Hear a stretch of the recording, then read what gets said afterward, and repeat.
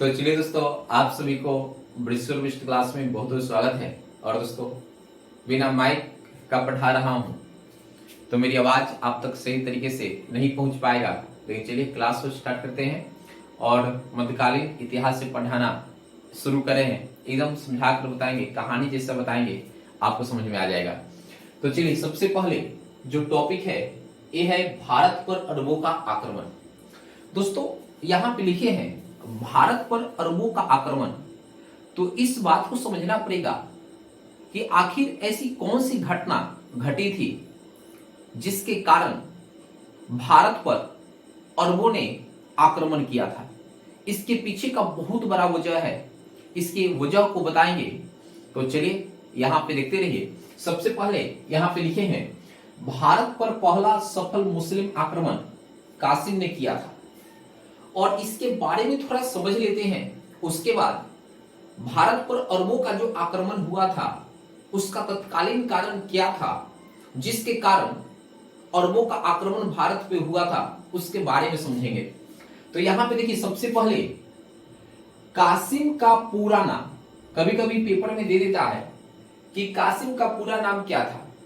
तो दोस्तों, कासिम का पूरा नाम मोहम्मद बिन कासिम था, और जिनकी जानकारी चर्चनामा से मिलता है, जिसके लेखक अली अहमद को माना जाता है। तो दोस्तों, यहां पे हमने अभी एक बात बताया कि जो कासिम का जो पूरा नाम था उसका पूरा नाम मोहम्मद बिन कासिम था, जिसको आप मोहम्मद बिन कासिम पूरे नाम के तौर पर जानते हैं, और ऐसे आप इसको मीठी कासिम भी बोल सकते हैं। और इसकी जानकारी, मतलब मोहम्मद बिन कासिम की जानकारी चर्चनामा से मिलता है, जिस पुस्तक का लेखक अली अहमद थे, और ये पुस्तक अरबी भाषा में लिखा गया था। आगे देखिए, मोहम्मद बिन कासिम का जन्म 695 ईस्वी पूर्व हुआ, 695 ईस्वी में हुआ था। और इसका जन्म कहां हुआ था? तो ताइफ शहर में हुआ था। और जो ताइफ शहर कहां पड़ता है? तो सऊदी अरब में पड़ता है। तो यहां तक मुझे लगता है कि दोस्तों बात आपको समझ में आ गया होगा। देखिए, इनका पिता का नाम था कासिम बिन यूसुफ, इनके पिता का नाम था। और इनके जो दादा का नाम था, उनका नाम था हजाज बिन यूसुफ था। और एक बात समझिए, जो मोहम्मद बिन कासिम का जो पिता थे, जिनका नाम कासिम बिन यूसुफ था, ये जब छोटे थे, मोहम्मद बिन कासिम जब छोटे थे तो इनके पिता की मृत्यु हो गई थी। अब इनको देखभाल करने के लिए सारा का सारा भार यानी हजाज बिन यूसुफ ने संभाला, क्योंकि इनके दादा थे, यही इनको पाल पोस कर बड़ा किए। और यहां पे देखिए, जो हजाज बिन यूसुफ थे, इराक और सऊदी अरब के गवर्नर थे। तो दोस्तों, यहां तक बातें आपको समझ में आ गई होंगी। अब हम समझेंगे कि आखिर भारत पर अरबों का आक्रमण क्यों हुआ, क्या ऐसा तत्कालीन कारण हुआ था। तो इस बात को यहां पे समझिए, भारत पर कासिम का आक्रमण का तत्कालिक कारण क्या रहा। तो दोस्तों, एक बात समझिए, विश्व स्तर पर पूरे इस्लामिक जगत का एक ही खलीफा था जो मिस्र में बैठा था, उसका नाम था वाहिद। यानी यहां पे बताया है कि पूरे विश्व स्तर पर पूरे इस्लामिक जगत का जो खलीफा था, जो मालिक था, उसका नाम वाहिद था। और ये वाहिद किस जगह पर बैठा था? तो वाहिद मिस्र में बैठा था। और पूरे विश्व स्तर पर यानी सभी प्रांतों में ये गवर्नर को बनाकर रखा था, और वहां प्रांत का वो लोग देखभाल करते थे। तो यहां पे देखिए क्या हुआ कि एक घटना घटी, यानी श्रीलंका के राजा, जिसका नाम विघवर्मन था, श्रीलंका के राजा क्या करते थे? जहाज, पानी वाला जहाज जो होता है, में लड़कियों एवं खाद्य सामग्री मिस्र के राजा के पास भेज रहे थे। बीच रास्ते में सिंध प्रांत के देवल बंदरगाह के पास जब जहाज पहुंचा तो लुटेरे ने लूट लिया, और यहां के राजा दाहिर थे। मतलब क्या हुआ दोस्तों, इस बात को समझिए। श्रीलंका के जो राजा थे उस वक्त, उसका नाम बिगवर्मन था। और उन्होंने क्या करते थे कि उनके प्रांत में जो लड़की विधवा हो जाती थी, उन लड़कियों को शादी कराने के लिए वो क्या करते थे, यानी वाहिद के पास जो मिस्र में बैठा था, पूरे इस्लामिक जगत का जो खलीफा था, उनके पास भेजा करते थे। और एक बहुत दयालु आदमी था वाहिद। जो भी मिस्र से लड़कियां लोग आती थी या जो भी खाद्य सामग्री आता था, इसको खाद्य सामग्री का इस्तेमाल करता था। और जो भी लड़की अनाथ हो गई या अनाथ टाइप की जो भी लड़की हो गई या जो भी विधवा टाइप की लड़की हो गई, उसको मतलब अच्छी जगहों पर बैठाने का काम करता था, उनका शादी ब्याह करा देता था। उसके बाद क्या हुआ कि एक घटना हुआ कि श्रीलंका के जो राजा था उसका नाम था बिगवर्मन। उन्होंने पानी वाला जहाज में लड़की और खाद्य सामग्री को रखकर वो भेज रहे थे। कहां पे? मिस्र के राजा वाहिद के पास भेज रहे थे।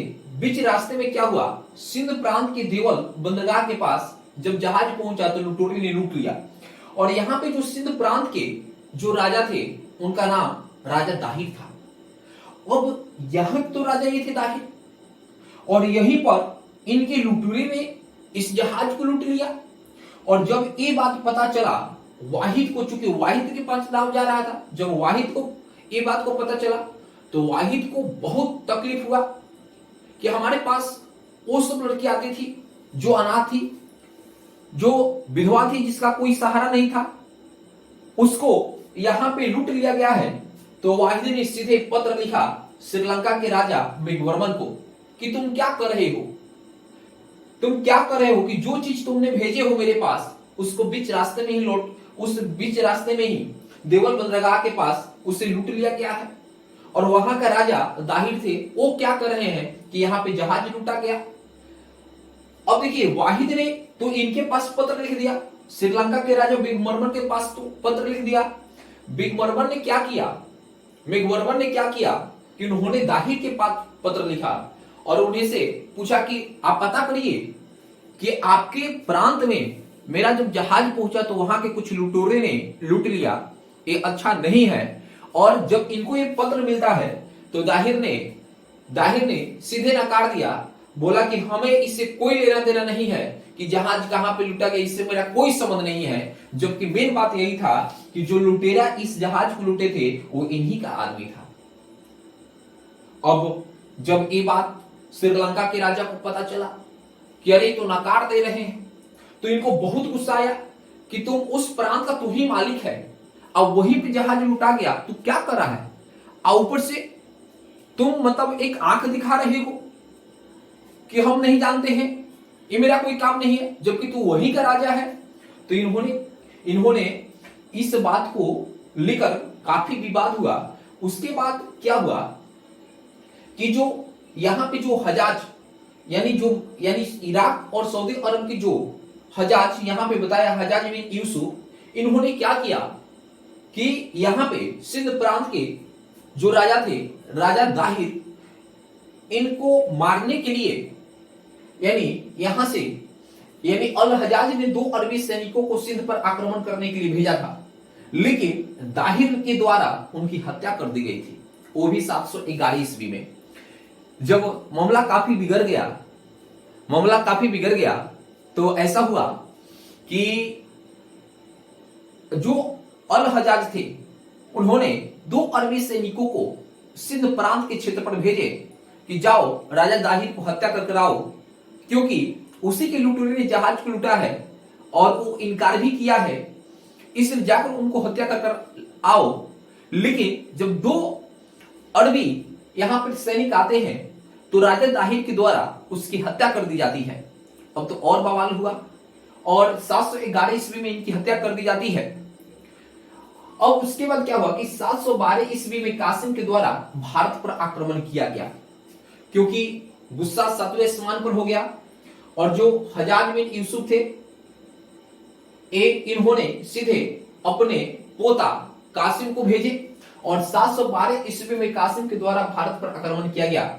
सबसे पहले जब कासिम भारत में आया तो सबसे पहले ये मकरान क्षेत्र में आया और यहां पर मकरान क्षेत्र वो सिंध प्रांत में पड़ता है और वहां का एक छोटा छोटा जिला था, जगह था।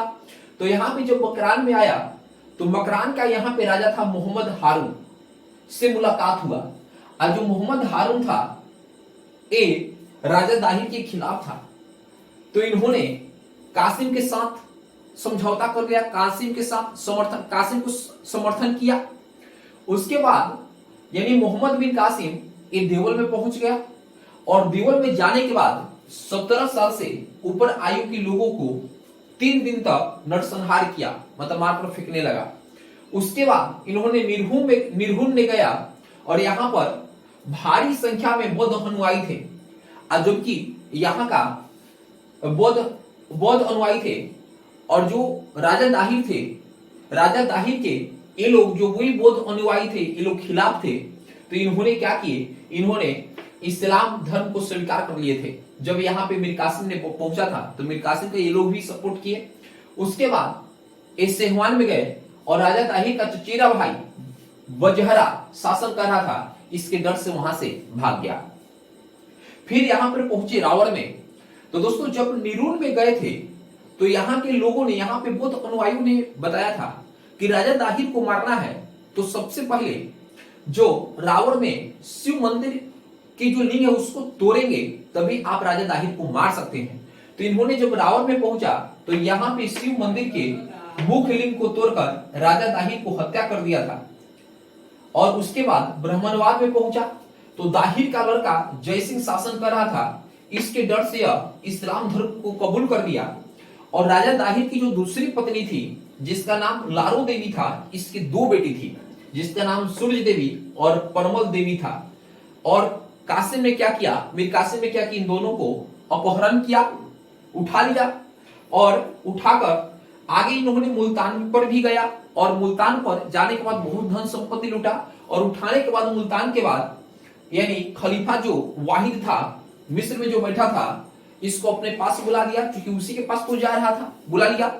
जैसे वहां पर इन सूरज देवी और परम देवी को उठाकर लेकर गया था मिस्र में, जैसे मिस्र में पहुंचा था तो वहां का जो खलीफा था, पूरे इस्लामिक जगत का जो खलीफा था वाहिद, वो तो मर चुका था और उसका बेटा बना था वहां का राजा जिसका नाम सुलेमान था। और जैसे सुलेमान के पास मीर कासिम सूर्य देवी और परम देवी को लेकर गया तो जो सुलेमान था उनका एक ही दिमाग में बात चल रहा था कि इन लड़कियों को इज्जत से खिलवाड़ किया जाए। और जैसे लेकर पहुंचा मीर कासिम सुलेमान के पास तो ये लड़की बहुत चालाक थी और इन्होंने खेल खेल दिया। इन्होंने सुलेमान से बताया कि बीच रास्ते में मीर कासिम ने मेरे साथ गलत किया है, आप लूटी हुई चीज को लूट कर क्या करेंगे।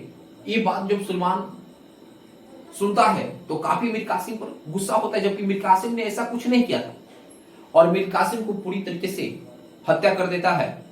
तो दोस्तों यही रहा आपका यानी भारत पर अरबों का आक्रमण का तत्कालीन कारण हमने आपको बताया। फिर क्या हुआ यहाँ पे हमने बताया। दोस्तों बताइएगा कि ये वीडियो आपको कैसा लगा।